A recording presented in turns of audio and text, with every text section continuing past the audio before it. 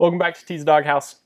We were talking earlier today, and we wanted to, expand on the conversation for you guys too. We were talking a lot about the way dogs think, how dogs make decisions, and the importance of understanding how dogs make decisions when you're training, and understanding how your dog's thinking, and what it's trying to gain, what it's trying to avoid, all of that sort of stuff. And so I think that's important for an important conversation and discussion to have, because it's critical, especially training older dogs, to understand why they're making the decisions they're making in order to shape different actions and behaviors that we want. Yeah, I think especially in the case that maybe we're trying to stop one behavior that has come up that is a problem for the dog.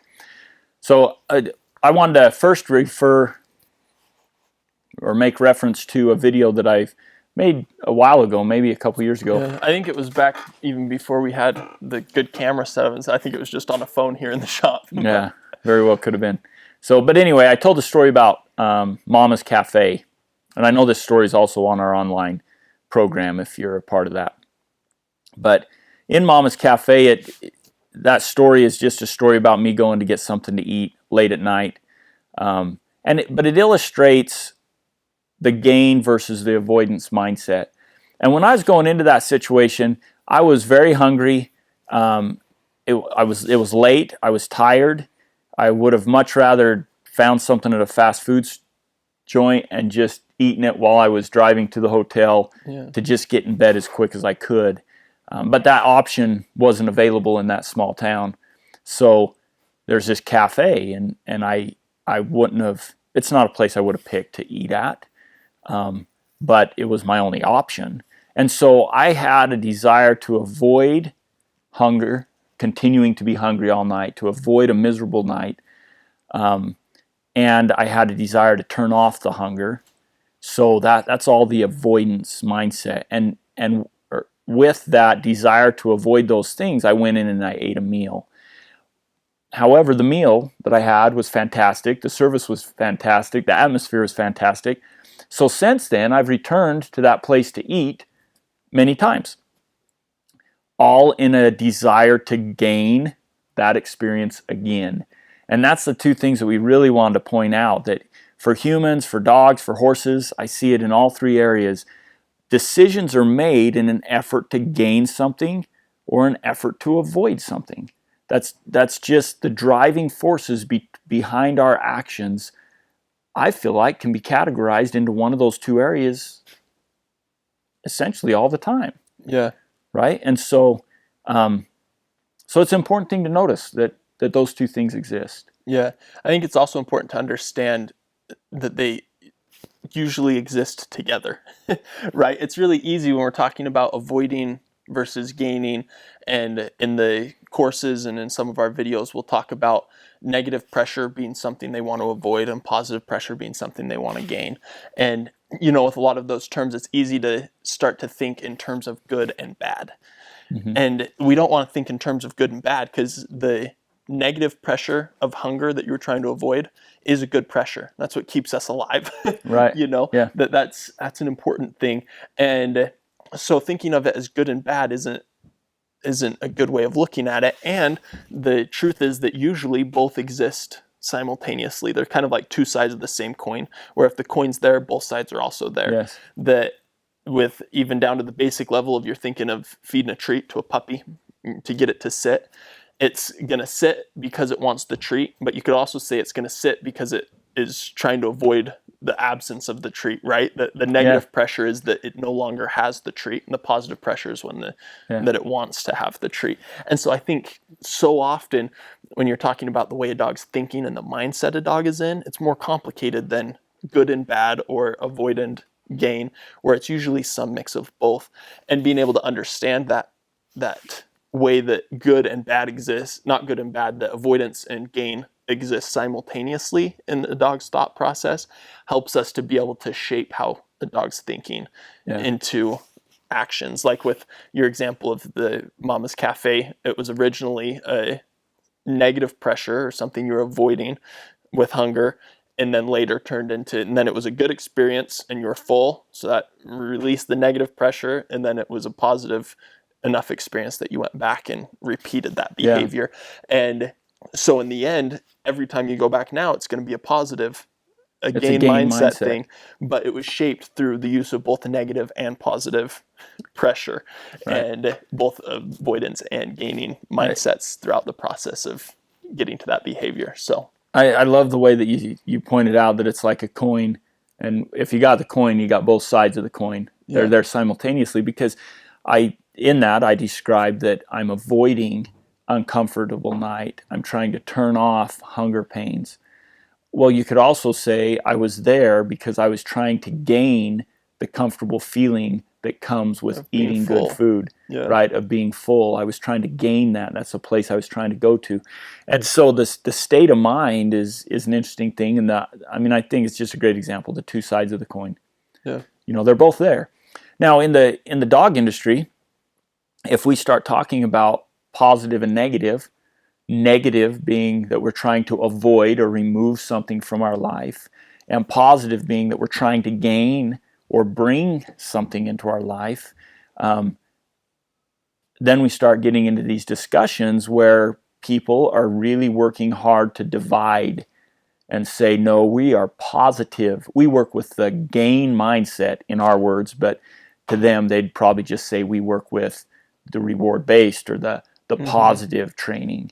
And then somebody else, is saying, oh, but we're finding a lot of value in some adverse training, and some negative training where we teach the dog to avoid things. And then they want to try to divide it as if it's two separate things, when in fact it's like two sides to a coin. You can't have one without the other. It's Yeah. always there. The dog's always making its decisions with those two Yeah. things that With it's both weighing. aspects. Yeah, it's either doing the behavior because it wants to avoid losing the opportunity to get the treat, or it's trying to turn off the lack that it's feeling because it wants that treat. And the longer you withhold it, the more it wants it. And so how do you argue that that's good or bad, or that that's purely positive or purely negative? And it's all exists. And I think when we decide that we're going to divide that, then it's as if we're tying our hand behind our back. One Yeah. hand, right? Now, that being said, is that good or bad?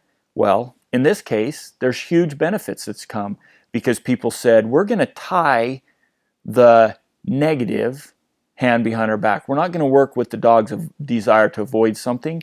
We are only going to communicate on a level of trying to help guide the dog to gain something. Mm-hmm. That's what we're going to do. And it reminds me of being a kid playing basketball. Yeah. Right? And I could dribble with my right hand. I'd learned to use my right hand from birth.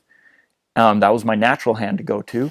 But by sticking that hand in my pocket and dribbling the basketball with my left hand and pushing myself to learn how to do everything that I used to do with my right hand with my left hand, amazing doors open, right? Yeah. The game just climbs another level. And I've seen that for us as we've really drawn our focus, it's been a while now, but as we really turned our focus to focusing on that gain mindset, trying to have the dog in a gain mindset and be training using that mindset, it took our training to a whole new level. Yeah. Right? And now, it's a beautiful thing. It's a fantastic thing.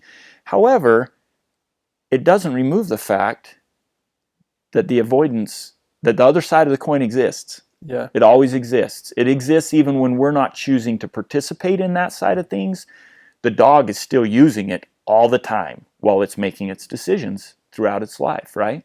And so if we're very, very effective with our left hand and we're very, very effective with our right hand, and our mind is at a place where we are focusing on the happiness and success of the dog, living the best life it can, because we recognize that if we guide the dog to that, that's going to be our best life too, right? Because all of our dreams are coming true, like we like to say. Then when we're working that direction and the result is a dog that's confident and happy and knows what it's supposed to do, then we're in the best place we can be. Yeah.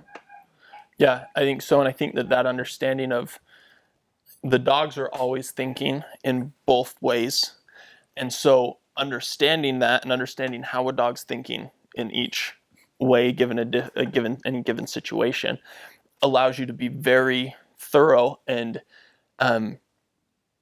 very dependable in the resulting actions, because you've shaped the entire thinking process of the dog, not just half the thinking process of the dog. Yeah. Right? I think anytime you develop only half of the thinking process, you lack the dependability, because situations change, and if you're only using the negative or things that it's trying to avoid, then I've seen where it's a lot more difficult. They have trouble when they don't have the leash on them. They have trouble when they got far enough away that now they can't be caught, and so you better believe they're not going to be caught, Yeah. And on the flip side of that, the places where it's only been positive, I've seen dogs that they're great until the squirrel runs across the street and they're chasing the squirrel, or until the bike is riding down the street's way more exciting than you and your treat telling it to sit are, or when you only have half of the equation, I think it creates independability, because the other half of the equation exists whether or not we're shaping it or not. And so I think that's important to understand how the dogs are thinking in both lines of thought, what the dogs are trying to avoid as well as what the dogs are trying to gain, and how those two lines of thought interact with each other to create the most dependable behaviors in the thinking process of a dog that thinks the most. We've talked about you've told the story a number of times, I'm not sure if on YouTube or just in the courses, but of my younger brother, Braden, who he's pitching up at the university now, playing baseball and doing really well. But when he was younger, you and the pitching coach that he's worked with for a long time were coaching the team. And naturally, Braden had a great way of throwing the ball. He had a great arm slot, and he just threw really clean mechanically. It was very sound. It was awesome. And he just did it naturally. He just stumbled upon it and happened to do it well. And then one day you came out and he was sidearming it and doing all this goofy stuff. And he hadn't even realized he'd changed, because he didn't realize that what he was doing right was really right. It was just what he was doing.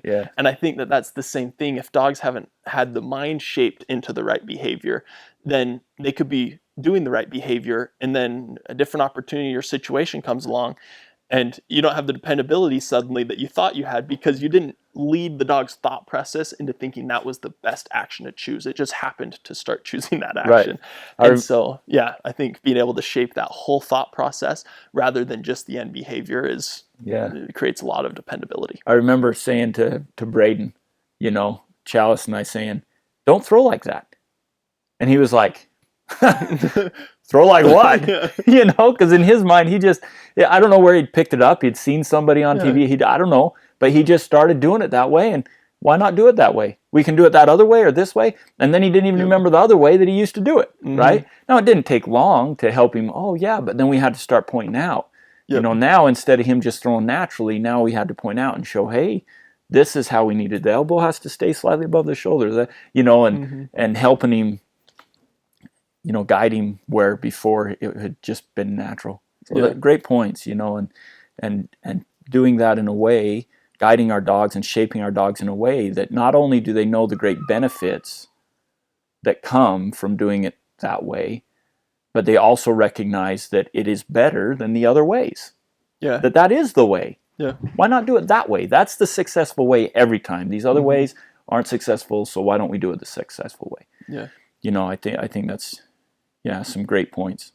So a few examples. One of the examples we were talking about earlier of this would be a dog that we train a lot of bird dogs and like to compete in horseback field trials. So we run the puppies off horseback in big country where there's deer or antelope and there's wild birds and there's all kinds of different rabbits and coyotes and everything, right? So if you take a young dog and you start running it and it's got all its abilities, it's got strong legs and it's fast and it's grown enough it can get through the country, and it comes across deer and it chases some deer and it has a blast chasing these deer and it gets an adrenaline rush and it's like, whoa, that's the deal. Now when you go to the field, that dog believes that that's its purpose out there, is to chase deer. And so now it's essentially deer hunting. You turn it loose and it's running through the country looking for something to chase. That's the end goal for that dog. So if that dog, that's its end goal, and we go out and we decide, no, we got to stop this. So what we're going to do is we're going to help create an environment where the dog is going to try to avoid chasing deer. So we're going to punish essentially, one way or another, we're going to punish the chasing of the deer to get the dog to stop chasing the deer. Well, we have a problem because chasing the deer is the end game. Yeah. And That's what it wants to do. Yeah, and we're going to step in to try to get the dog to stop doing what it believes it's there to do. Well, we're going to get a dog that becomes evasive. It's going to decide that it's going to get away from us. The farther it is from us, the more chance it has to do what it's there to do. That's what its purpose is to chase the deer. Tough situation. How are you going to break that? I mean, the amount of punishment that somebody's going to dish out on a dog to try to change that behavior could be quite high. Yeah. That's not where we want to go. That's not where we want to be. So how would we go about changing that? I think, okay, so we're thinking strictly in the avoidance mindset. We want the dog to avoid doing what we don't want it to do. But what do we want the dog to do? Does it know that's an option? Yeah. I think that, that's especially true when we're working with older dogs. Understanding what their thinking process was to reach the actions they're making is so important, because it completely changes how you approach it, right? Because in this case, with a bad habit like chasing deer or something like that, if you've got an older dog that's been doing it for a while, getting it to stop thinking that way, you're going to have to make the birds, you're going to have to help it understand that the birds are awesome, that the birds are so fun. And then you can start to say that deer and the antelope are less fun. It goes, okay, well, now my purpose is chasing birds. Because if you think with people, you're at a job, but you get paid every single day. A lot of people endure miserable jobs because they get paid at the end of the day. And dogs will do the same thing. They'll endure something that's miserable if they're getting paid for it in their mind. But if they can get paid a lot easier somewhere else, most people switch jobs, and most dogs start changing their actions, if they believe that there's something that's really good that they can replace it with, so to speak. And so as you're working with older dogs, I think that's super important. It's crucial to be able to understand why they're thinking the way they're thinking, to be able to then start shaping the behavior. I think that's most of the questions and conversations I have with people. And I don't know, you might be the same way, where the puppies seem really easy for people. A lot of the questions that we answer are with older dogs. They're saying, I'm following the course step by step and it's still doing X, Y, or Z. And so then we start to talk to them and we talk through it, and then we start to see, okay, yeah, this is where the breakdown's happening. This is what your dog is thinking, and this is what you are thinking. And they're not aligning. Aligning. I see that with the aggressive cases we get a lot too, where a dog will be labeled aggressive, and so it'll be punished for aggression. And then it gets here and we go, oh no, it's scared out of its mind. This isn't an aggressive dog. This is a dog that's flat worried about life. Yeah. And so then as we start to address that worry and that fear, the aggression goes away. We start to add confidence. We start to work them through that. And we help pull them out of that. They're almost entirely avoidance at that point in time. So we start to make them believe there's things to gain in the world, and dogs will turn around quick. But you had to understand why the dog was making the choices it was making in order to address it from a different angle and change the behavior in the end. If we went back to the deer chase and the situation where that's the end game, well, if you shape a young puppy and you put them into lots and lots of birds before they ever encounter deer, and they've fallen in love with birds, and then they encounter a deer, it's not hard to persuade the puppy to leave the deer alone and come play with the birds. Right? Because it already knows the birds are the deal. Yep. That's the deal. So it might for a second think, wait, do I have two games I can play out here? And then it's like, I didn't like that game as much. I'm playing this game. And boom, you change the behavior, or you stop the behavior from happening. You have a dog that has fallen in love with chasing deer and it believes that's the end game. Well, how do you switch that? And you got to give it another end game. You've got to give it great experiences with the thing you want it to chase, which is the birds, and build that. So now you have another place that its needs and its desires and its entertainment and its enjoyment and everything else is being fulfilled. And then often they'll start to leave the other behind if you make this funner than that, right? You can make, when somebody says make the good thing good and the bad thing bad, help them understand that difference. Well, you can make the saying I was thinking of is the wrong thing wrong, make the wrong thing good, and the wrong. Now I'm all mixed up. It's a saying that I've heard a lot of times in the horses. I'll just explain what I mean by it. But you can either, when you're trying to tip that scale, you can either make the birds so much better that then it leaves the deer being less, right? Or you're going to try to make the deer less enjoyable to have them come over here to the birds. But if there are no birds, like when we originally explained it, and they just have a love for the deer, they have nowhere else to go. That's going to be very unsuccessful. You're going to spend a lot of time in the avoidance, and it's going to be miserable for you and miserable for the dog, and it's not going to be training at all, right? But if you've built the birds up, then that makes that shift better. The higher you can build the good, then the less desirable the other alternative seems to be, without even having to add anything negative to it. Yep. And then if you needed to help them decide they wanted to avoid that, it would be much, much easier to do if they had this other outlet. And that's what, with aggressive dogs, when dogs come in and because of their insecurities, they're acting in aggressive ways to keep themselves safe in an environment they don't feel safe in, or they're concerned about. That's the case that we see the most. By raising the confidence of the dog in its environment and helping it realize all the great things of the environment, then we diminish the fear which was driving the action in the first place, until stopping the action becomes quite simple, because they don't have the driving force that used to drive them that way anymore anyway, right? So much more productive than trying to punish or create a desire to avoid, because that's what the punishment was trying to do, is create a desire to avoid being aggressive. In a lot of cases, you're actually increasing the dog's concern or worry, because now the environment has become even less safe. It already was worried about its environment. That's why it was acting that way.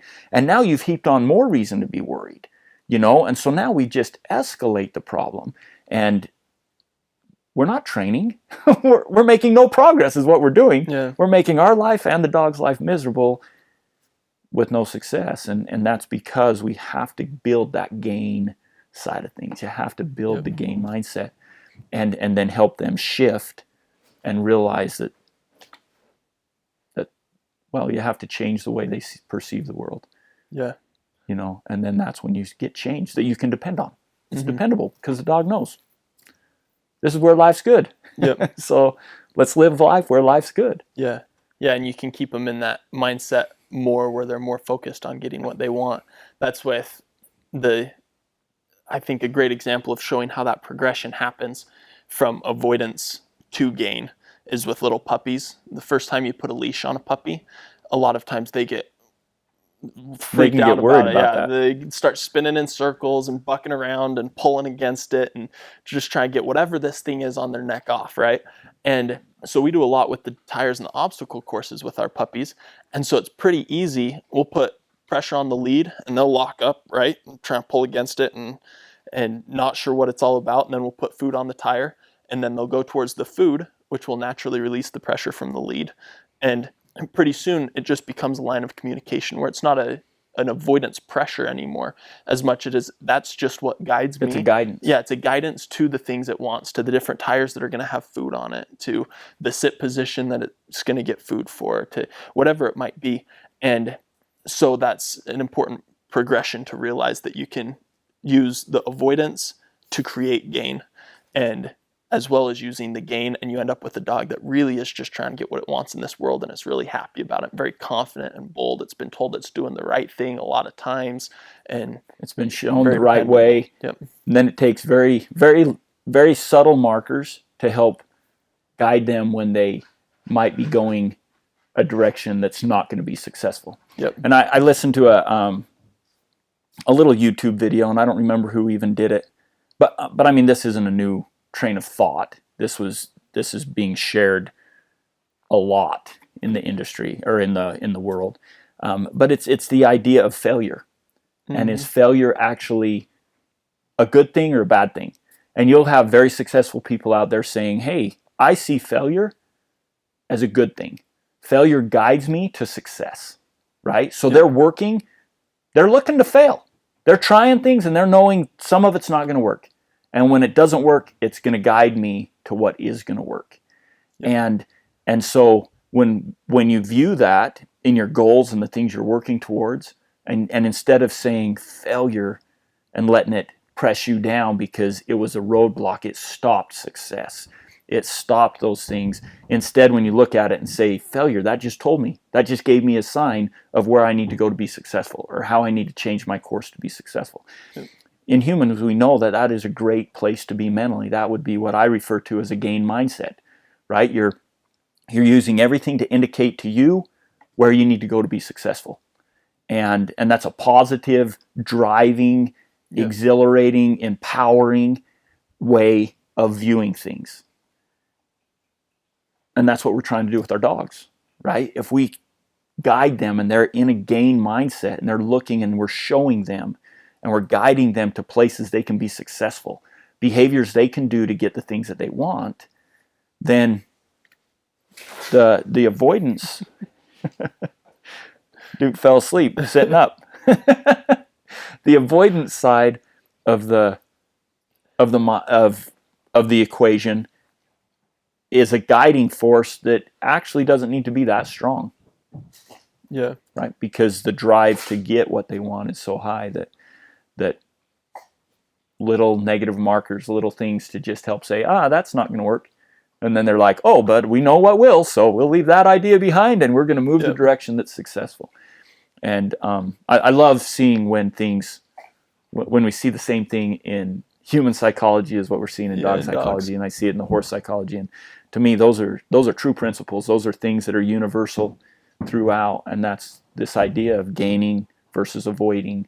Both sides are there all the time. It's a mindset that we're in, and it's a way we're thinking. So in training, guiding to those successes is a powerful way of thinking, and then understanding where the avoidance side of things comes in to just kind of clean up some of the misunderstanding until there's a complete, like you said, a complete understanding where the dog not only knows, is this successful, it also knows that isn't successful. Instead of thinking, this is successful, is that successful? Is that successful? Right? But instead it's starting to say, oh, I see what way is truly successful to fulfill the dog's needs and wants. And that's how a dog lives at a higher, that's how the dog lives at a higher level, and that's how a human lives at a higher level, and all those things. So I think it's a great thing to be able to think about and look at, and hopefully this kind of gives you some ideas to think about too, because it changes training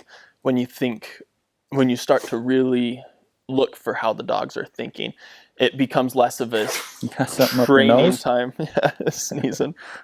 Less of a set apart, I train for 20 minutes a day, and more of a how can I just interact with my dog through everyday life in a way that shapes the behaviors I'm looking for. Because you're constantly going to be thinking about the dog's actions and how it's thinking, why it's making those actions, things like that. So hopefully this was one last thing that I just wanted to point out, because I think that in our industry we're at a place, where I think years ago avoidance, using that side of the equation was where the focus was. In humans, in dogs, in horses, like in society. Yeah. And I feel like society's made a big change from that, and there's been a lot of focus in the gain mindset, the positive side of things, which has been hugely beneficial. Tying one hand behind the back so that we can get really good with the other hand really leads to discovery of how much we can accomplish with that hand. But I see a division where people are trying to say good and bad. They're trying to divide it down the middle. They're trying to say purely positive, and that's better. And this is and both sides of the coin always exist. So how can we divide and fight when both sides exist? And it's an understanding. Now we can say a mindset focused on the gain, a mindset focused on the positive, a positive person that is focused on all the good things in their life lives a higher quality and a happier life than somebody that's running around finding all the faults and the problems in their life. We can say those kinds of things. And I love the reward side and the power of guiding animals through helping them gain what they're looking for, whether it's treats or activities or whatever it is that we're using, as the positive side of things, whatever they would like to have that we are using to help shape that behavior. I love that. But there's no reason to cut the other side off because it exists. And there are times when it is so helpful. Yeah. Yeah. I think too, a lot of the division comes, I don't even know what necessarily, from almost a superiority type standpoint, and that's what I think that we desire to be better than. Yeah, we think about it. We talk about it as it's a mix of both. We want to be able to use both to guide the dogs to the best actions, and I think the best mix of both changes a lot as you train. Even from me watching you train as a kid versus watching you train now, your techniques are different. The mix of which you're using is different. You've evolved a lot as a trainer over the 30 years you've been doing it. And I've evolved in the short bit of training that I've been doing where I've really been hands-on. And I think everyone does. And so I think we need to spend more time believing that everyone's doing the best they can. Because I truly believe that. I don't think there's very many people out there that are trying to be bad to their dogs, and I'm sure it exists, and we don't want that. And where that's their desire, right? Where that might be how somebody judges them, and they might look at them and say, that's a terrible dog trainer, or that's a terrible dog owner. But I think rarely is the intent to hurt or that's why harm. I think most people are trying to do the best they can, and so I think these discussions are awesome to be able to help. If you're really trying to do the best you can, that's self-reflective.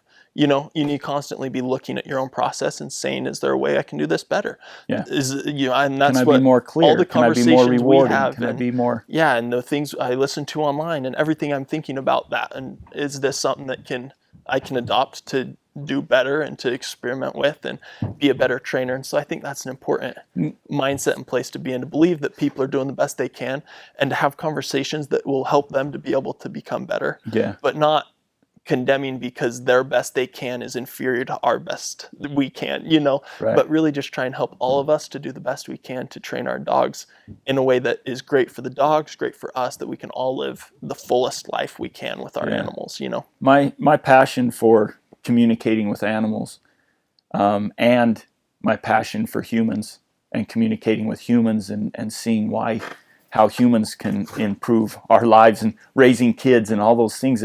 It's taken me into exploration in so many different areas. I've competed with, flushing breeds. I've competed with retrieving breeds. I've competed with the pointing breeds, of course. I've run packs of hounds. I've done some work with sheepdogs, with herding dogs.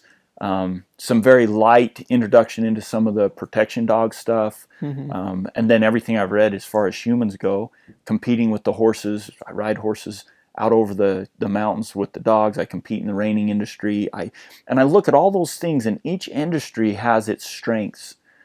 And throughout all of them, I've been exposed to a lot that I've been able to sort through and find where I am now. But the more we divide and separate, the less we learn. Yep. And the less we know. The more closed off we become to becoming better. Yeah. Yep. And so I'm not saying you have to try everything, but the understanding of how things are working and what's happening really can open the doors to being successful. And in the end, our end game, our end goal is the happiest dog we can have with the greatest relationship with the dog. That's why we got it. We want to be involved with our dog. We want our dogs to be happy and confident and fulfilled and have a great relationship with us. And we want to be able to do the things that we got the dog to do, right? Whether that's sit at home and pet it while we watch TV, or whether that's, run the Iditarod. Whatever it is, that success is when the dogs are happy, we're happy, everybody's healthy, and everybody's achieving the things that they're dreaming of achieving. And that's going to come from looking at all areas, because every dog is going to be different and every person's different. And we call it muddy water a lot. Sometimes it's okay for the water to be muddy. It's all part of the learning process. Yeah. And then we figured it out and we moved forward. So I think that was a fun discussion and a lot of good points there. And, we hope in everything that we do that we don't cause division. It's not we're better than anybody else but we just are trying to add our view on things and how we look at things and what we've found to be successful. And we love to look to other people to see what things we might be able to learn and add. And we're involved all the time in that pursuit. But that gives you an idea of how we break things down and just discuss things and describe things, how we try to teach things when we're in a situation to teach so that there's understanding and that people can move in a forward direction as they continue to try to increase or improve the quality of life of them and their dogs. Yep, so they keep on that journey. Yep. It's a good one. So very good. Awesome. Well, thanks for joining us, and we'll see you in the next video.